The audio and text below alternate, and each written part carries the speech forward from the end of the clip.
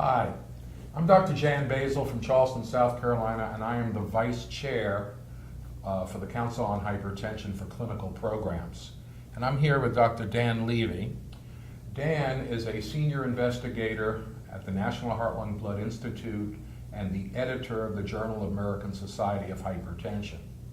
In addition, he is the director of the Framingham Heart Study, which was started in 1948 and now has 3 generations of patients that helped us coin the idea of risk factor in terms of cardiovascular disease.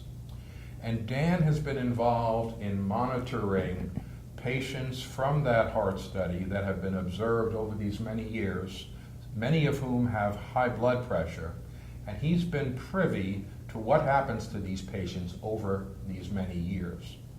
And he is going to give a talk tomorrow at the Council on Hypertension, Advances in Hypertension session on from hypertension to heart failure, can we prevent the progression? So Dan, we are happy to have you here. Can you tell us a little bit about what you're doing and what your talk's going to be about? Yeah, Jan, thank you. As you mentioned, we're following 3 generations of participants at the Framingham Heart Study. And one of the very first risk factors that my predecessors, Bill Cannell and Roy Dauber, were able to identify for heart disease was hypertension. Not only is it a risk factor for myocardial infarction, but it's also one of the cardinal risk factors for heart failure. We've known it was a risk factor for myocardial infarction and coronary disease for now nearly 60 years.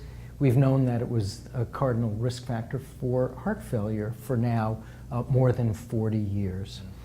And I think understanding how important hypertension is as a risk factor provides insights into approaches to its prevention and approaches to its treatment. Very interesting. One of the things that I've been most interested in is this lowering of the target for blood pressure control, which is, in my opinion, in addition to stroke, no more important than preventing heart failure.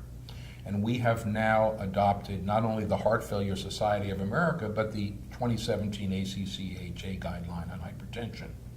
We have adopted, in patients with stage A disease, that is no structural heart disease, and just risk factor like hypertension, that these patients should get to less than 130 over less than 80.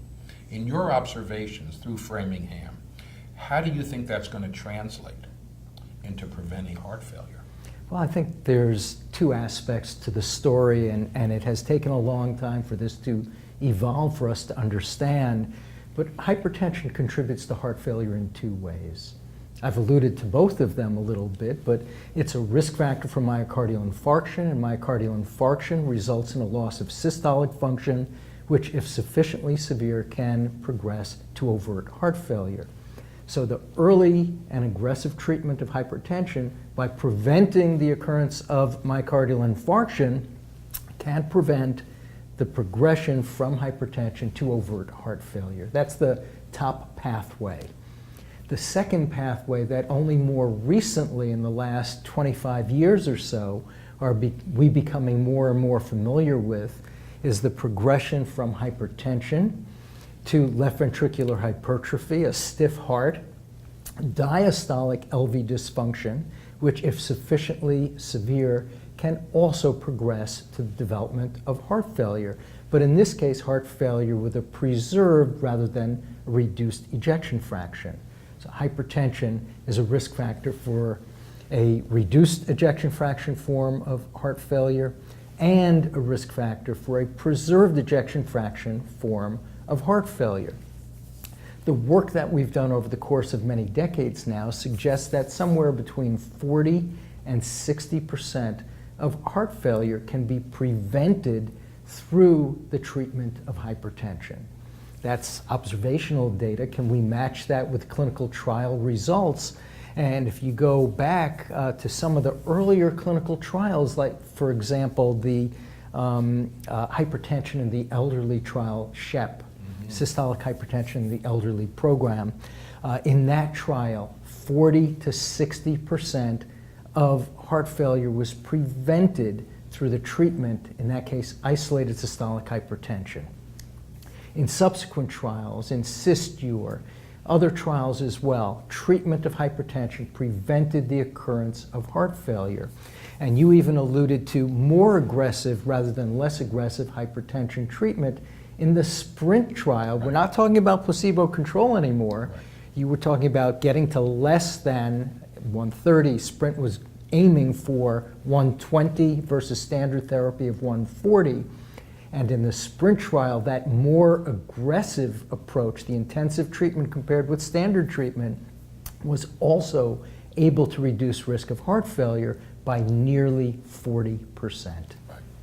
So from observation to intervention, controlling blood pressure now to the lowest target we've ever proposed can have a significant impact on preventing heart failure. Absolutely. Sometimes observational data aren't well recapitulated in clinical trials. Other times the recapitulation is remarkably consistent.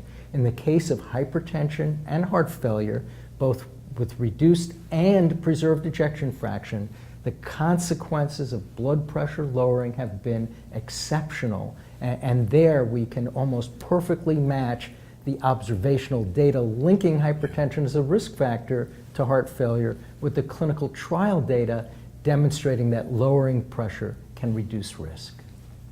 Thank you.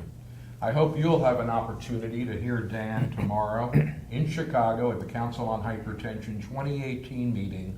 Dan, thanks very much. Thank you, Chad.